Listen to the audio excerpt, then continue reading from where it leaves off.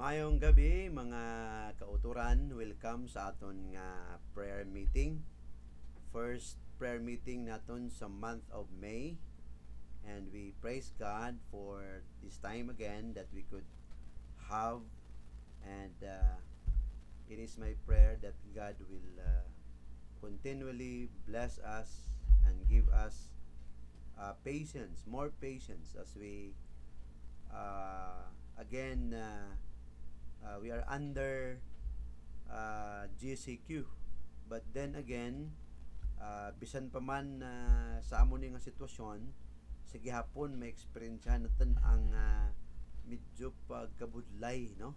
Kag sa gihapon kita ari padayon mga kauturan labi na gid sa Unidos Fundamental Baptist Church, kabay pa ang Ginoo padayon nga maghatag sang kusog gagabakod mga pagpakamaayo blessing sa bawat isa sa aton.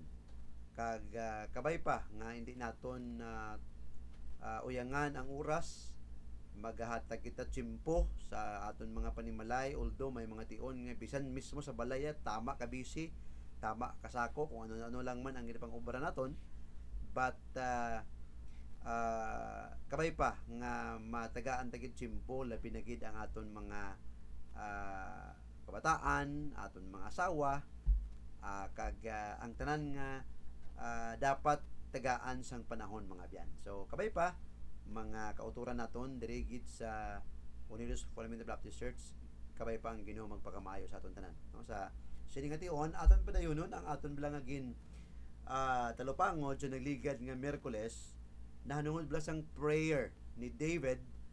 At nakita nga David experience sang tama kapait nga experience niya tungod kay sagis siya pulo palagyo tungod sa sitwasyon nga naguman niya. He was actually was trying to escape from a murderous threats of Saul.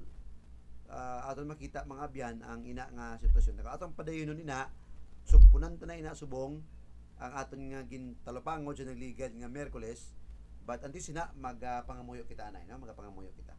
Ginoo, salamat sa nga tion nga ari naman kami makapalapit sa imo, makadangop sa imo, makapadayon kami sa pagtuon sa imo pulong. Lami gid Ginoo ang pagpangamuyo nga sa sini nga tion dapat kami Ginoo magdangop kag magyaob sa imo, nagapaabot sang imo Ginoo nga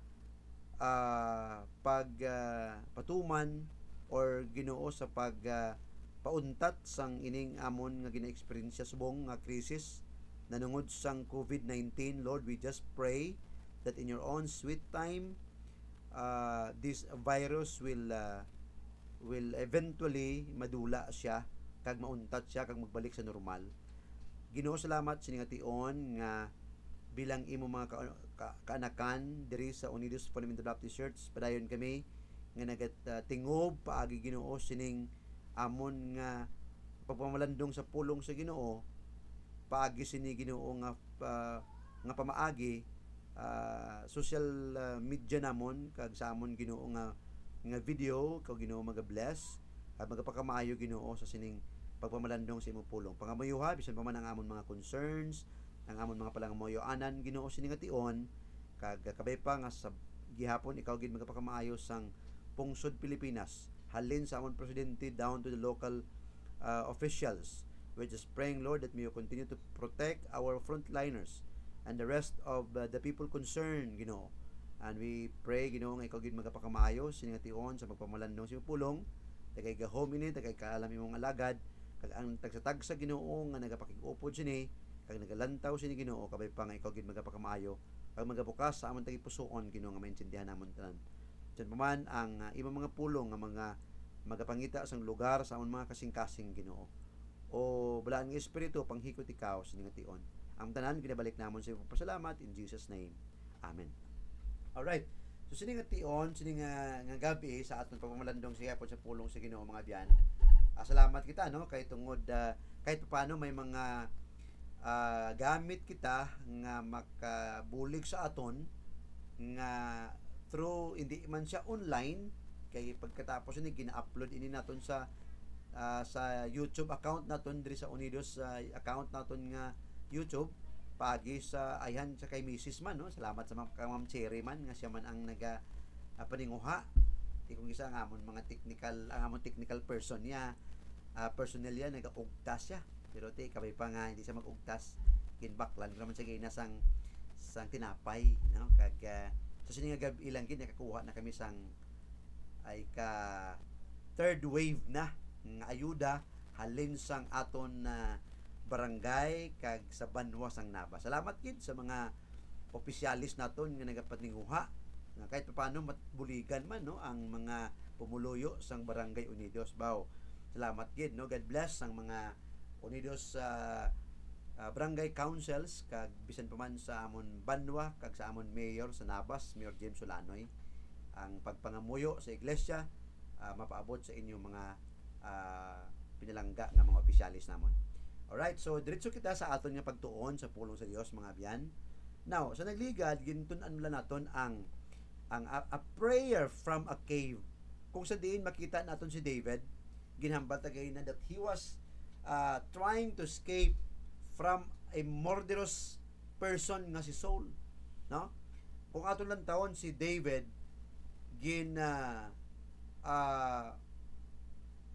tugyanan sa Dios sa pagtatap sang iya mga katawhan. Hindi lalim niya, hindi hapos siya kung hari ka upod sa mga tao nga mga bagulan, mga tigaulo.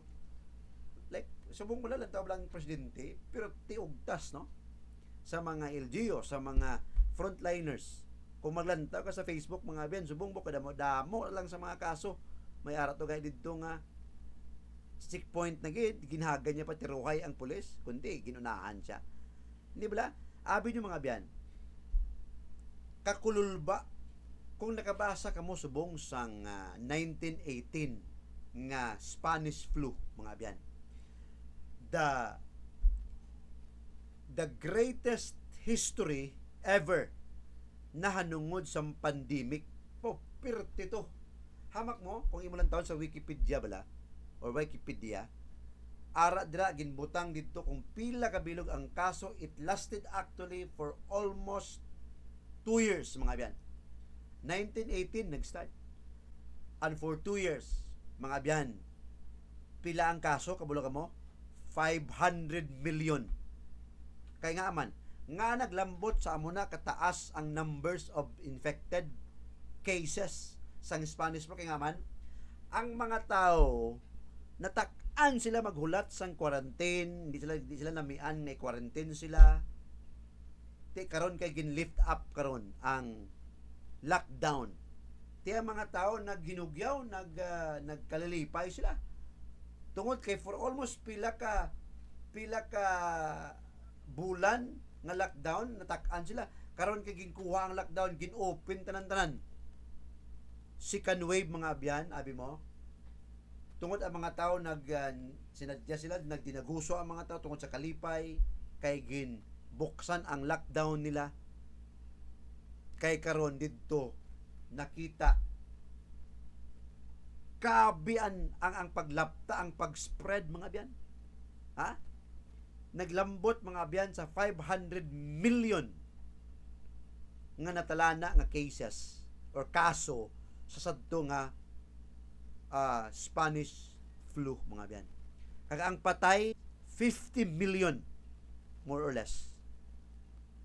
Kaya man tungod sa kabagulan sang ulo sang tao.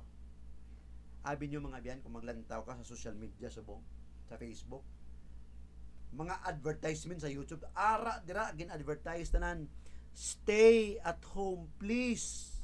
Ha? Stay at home. Tinir ka mo sa inyong panimalay. Ha? Galing lang kayo maghambal ka. Hindi ko matinir man ta, pastor. Ano pang ayuda ta? Wala man trabaho. Kung sa liganta ang gobyerno, kung sa liganta, kulang man.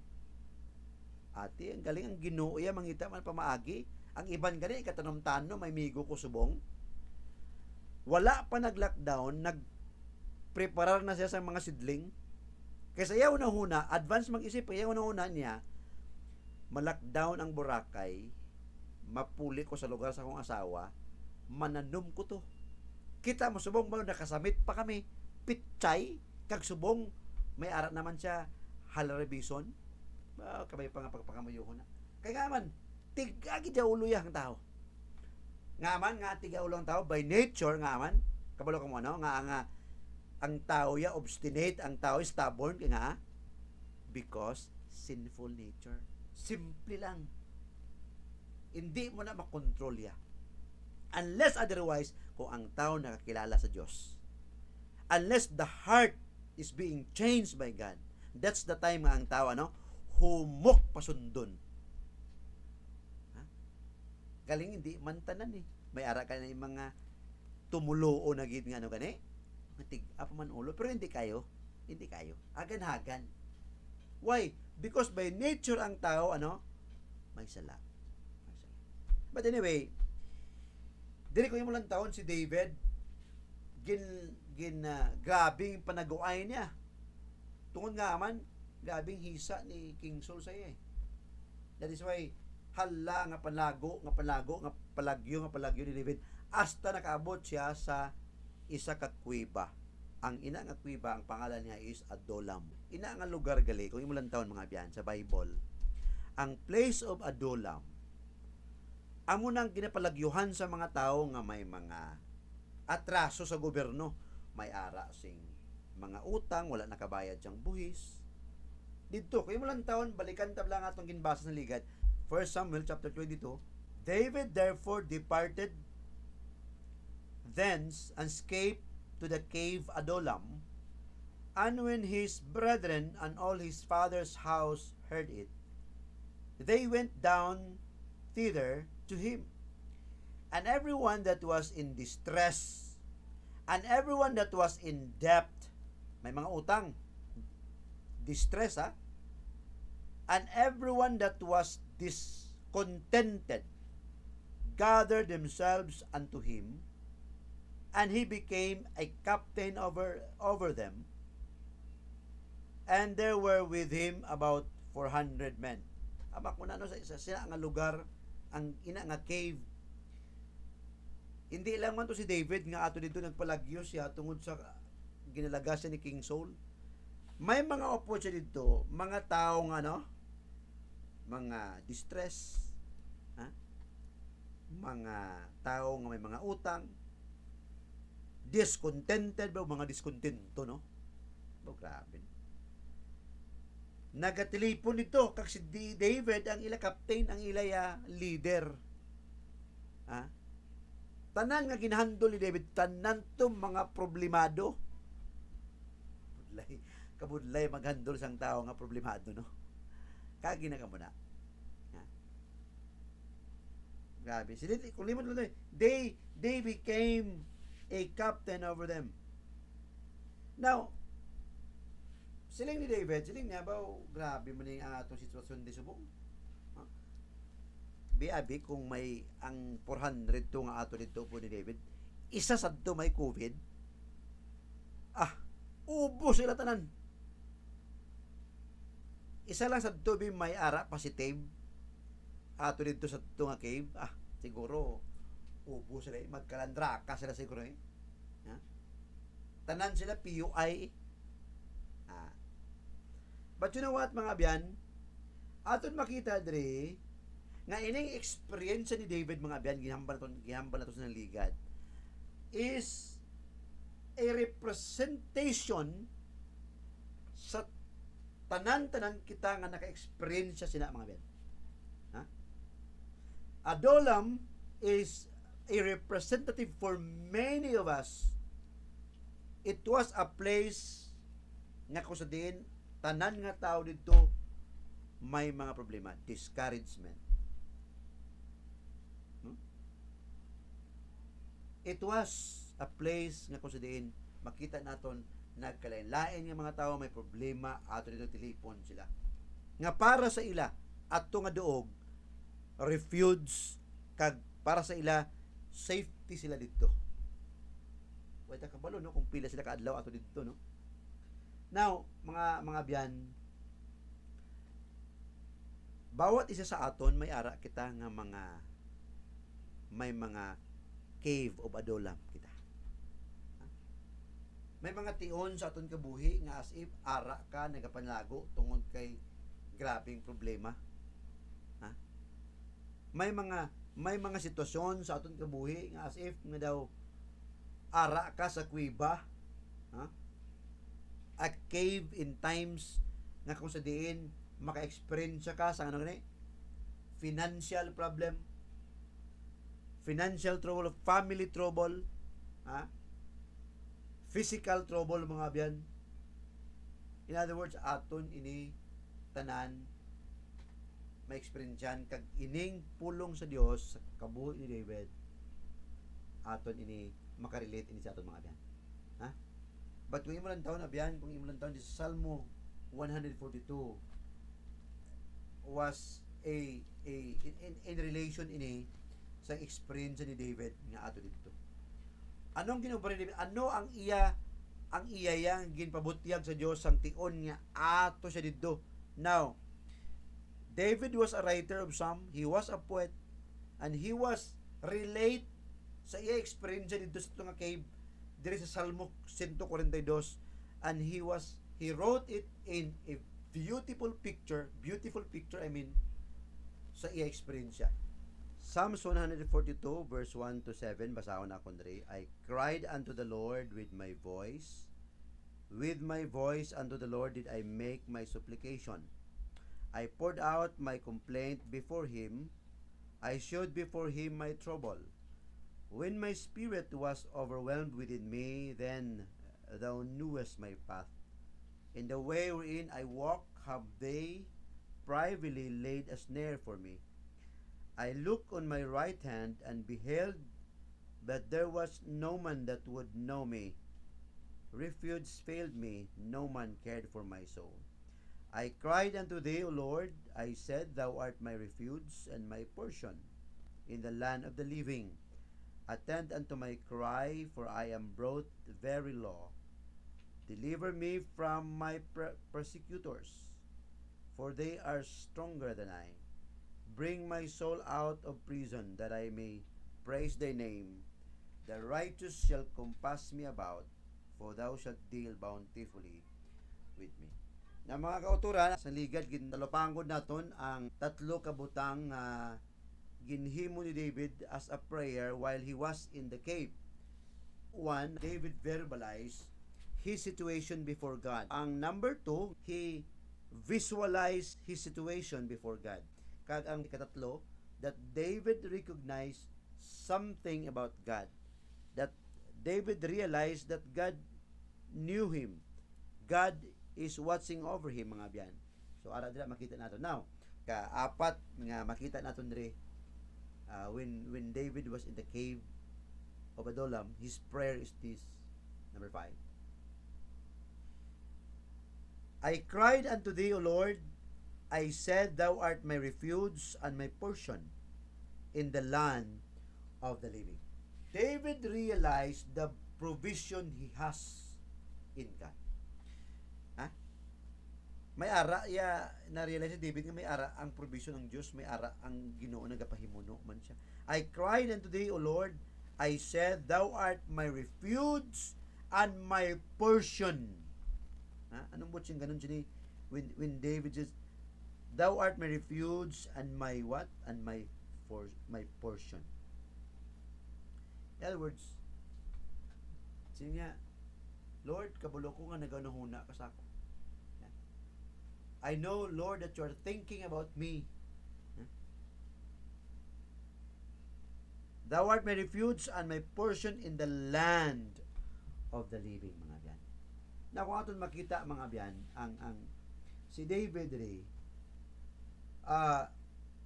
the more he begins to praise God for who he is, the more it becomes clear to him nga ang kabubuton sa Ginoo iya maintindihan, no? That the will of God, David was able to see him through. Ha? Ara dira mga biyan. That is why kung imo lang tawon bla, dahil istorya kami bala sa mga Kristohanon.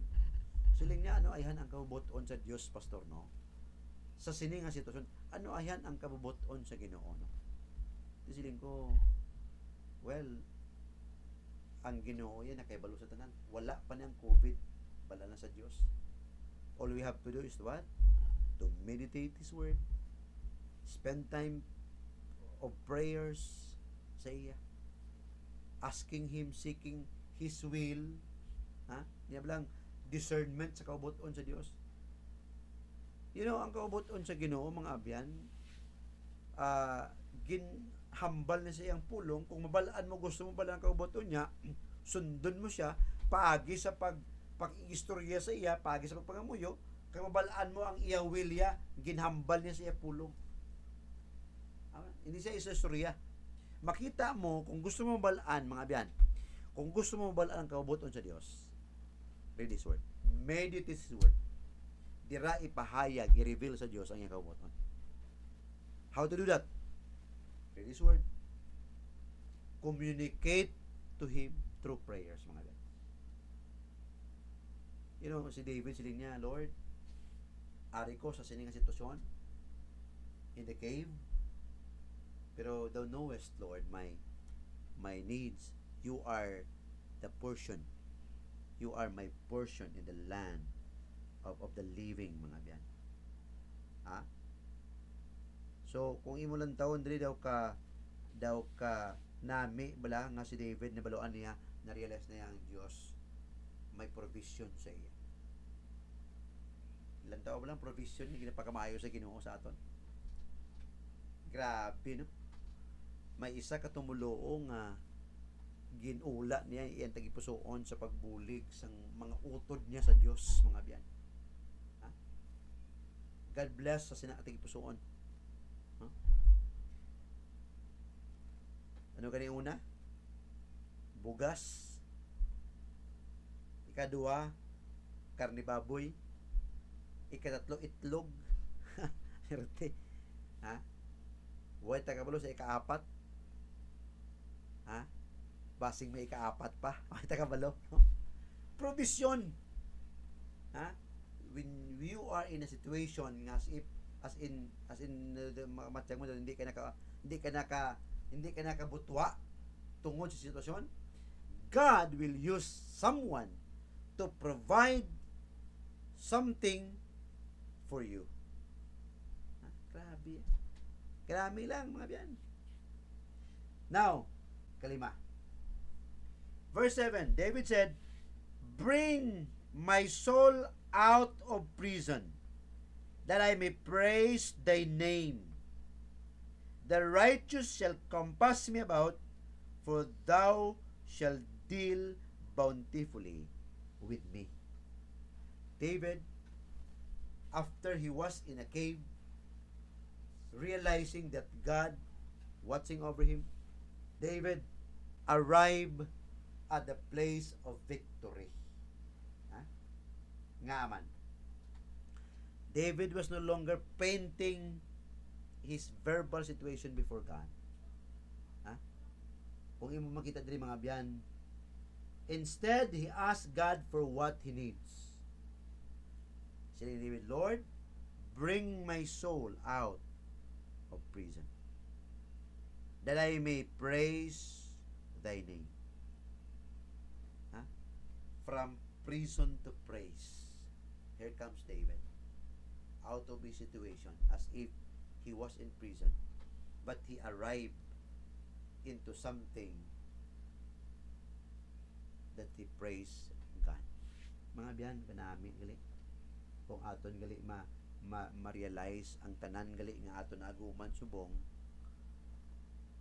knowing that God naibaluan niya ni tanan, ha? We cannot help but what? But to praise Him. Lord, in spite sa sinitanan nga amon eksperyensyahan, but thank you, bangod sini Ginoo, mga abyan, ini makadayaw kita sa Dios. Paagi sini makahatag kita kadayawan sa Ginoo. Out of our experience, out of this crisis, it's an opportunity for us to what? To praise Him. Look at David. He was in a place of what? Of discouragement. upod sa mga tao nga upod dito. Discontented. May mga problemado nga mga tao. Ado dito. Napakit distress. And yet David stand out. Kag nakita naton dito, nakita naton sa iya sang storya diri ni David as he wrote this psalm. From prison to praise. You know, ang challenge sa ato mga biyan naman ayhan kabudlay magdayaw sa Dios sa sining sitwasyon. Pero try to realize as what David realized also, that out of darkness, out of that cave, out of that dungeon, David came to realize, and he started to what? To praise the Lord. Abi mo, ang Ginoo mapahamuot naton. Whatever circumstances we have, whatever circumstances we are experiencing right now, praise God. Praise Him. Dayamos. Amo ning ginhambal bala diri sa pulong sa Dios mga biyan. You know, we can make the same transformation sa imo sa akon kabut. The pattern of David. He verbalized his situation before God. He recognized something about God. And he realized that God mag-provide sang provision kinahanglan. And lastly, David arrived in a place of victory. Siling niya sa Ginoo, bring my soul, Lord, out of this place.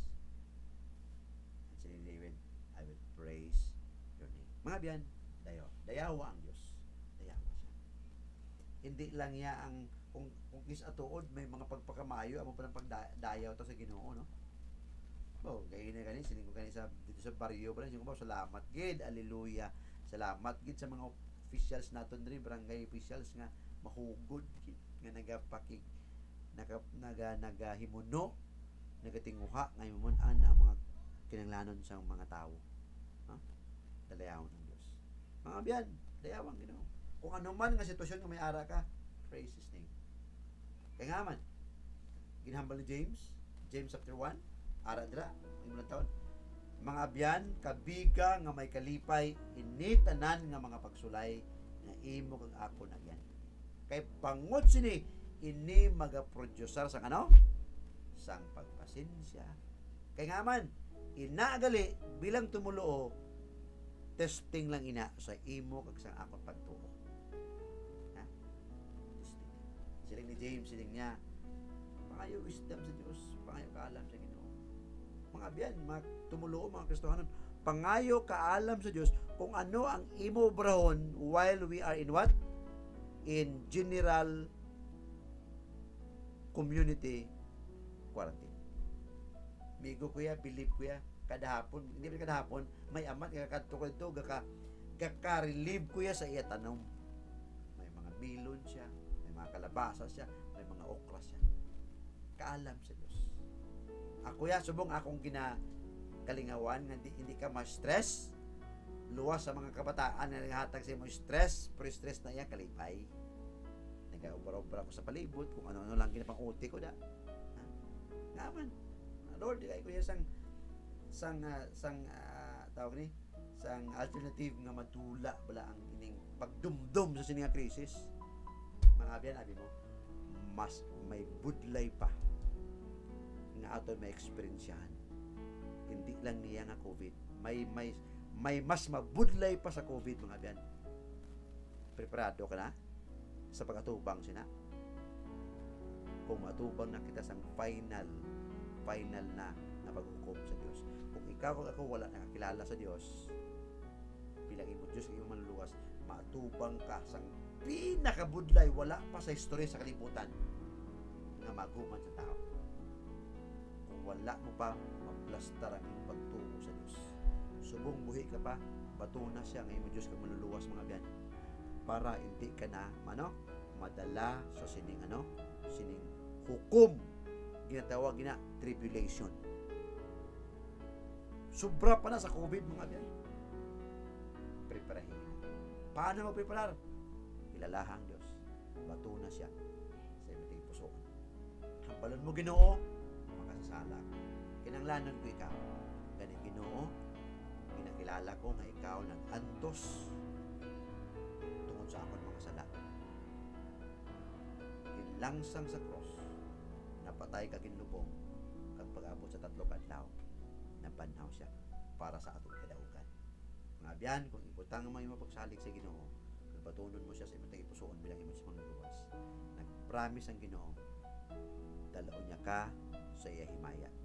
Tagaan niya ka sang kabuhi nga wala sa katapusan. Wala na to ya. Hindi ka na madutlan to ya sa kung ano nga virus kung ato ka na sa langit. Bato na siya. Kilalaha siya. Ngayon Diyos ka manluluwas. Naghambal ang pulong sa Ginoo sa 1:12. Ang tanan nga nagtuo sa iya magintagaan niya sa kinagayunan nga mangin-iya na. Ang tanan nga nagtuo sa iya. Mga biyan, bato na si Jesus Christ ang Diyos ka manluluwas. Hindi relihiyon, hindi relasyon mo sa iya. Hindi kalagad, Pastor Jonathan Altis, maghahambal sa inyo. Good evening. God bless. Stay safe.